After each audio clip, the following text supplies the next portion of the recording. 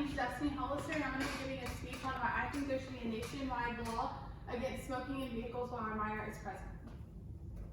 So what generally comes to mind whenever you think of child abuse? I'm sure one of your top ideas was not smoking around children and exposing them to secondhand smoke. In order to protect our children and younger generation from the harmful effects that secondhand smoke can cause them, it is vital that we propose a nationwide law to prevent smoking in the vehicle while there are minors present. So I'm sure at least one of you in this room right now has been put in a situation where you might be in a room where there is somebody smoking and the smoke is irritating you. Your first thing would be to get up and walk out, but a child in a vehicle with an adult smoking, they have no way of getting out of that situation. So for this speech, we're going to have three main points. The first is looking into what exactly is secondhand smoke. Second, we're going to look at what are the harmful effects that it does to a person, especially a child.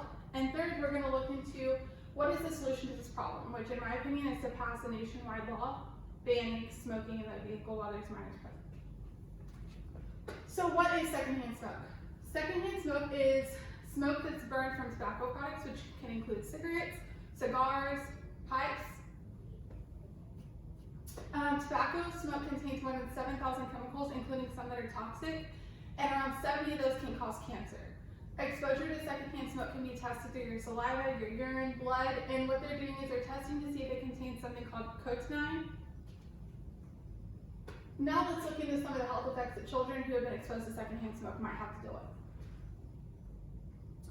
with. Before we get into this, I want you to know there is no risk-free level of secondhand smoke exposure. So even if you're briefly exposed to it, you're still going to have harmful effects towards your health.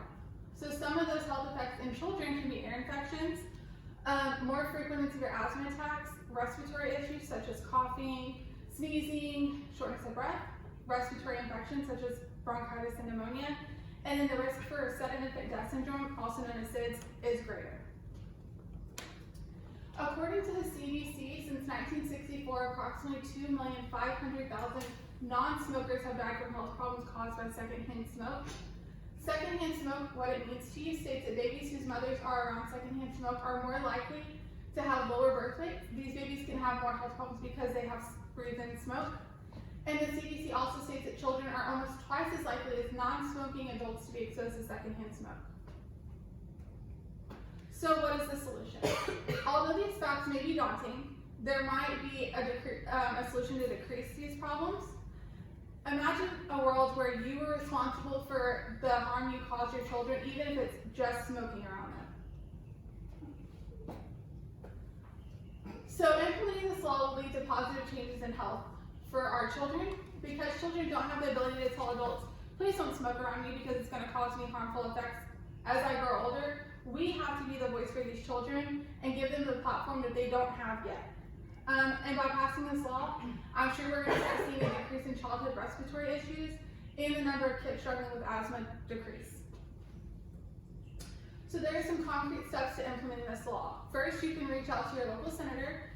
And second, which I feel is the most important, is to be the change you want to see in the world. If you know someone who is smoking around their children and exposing them to secondhand smoke, be the voice for that child. Show them these facts that we went over today and let them know that the harm they're causing their children is not worth it.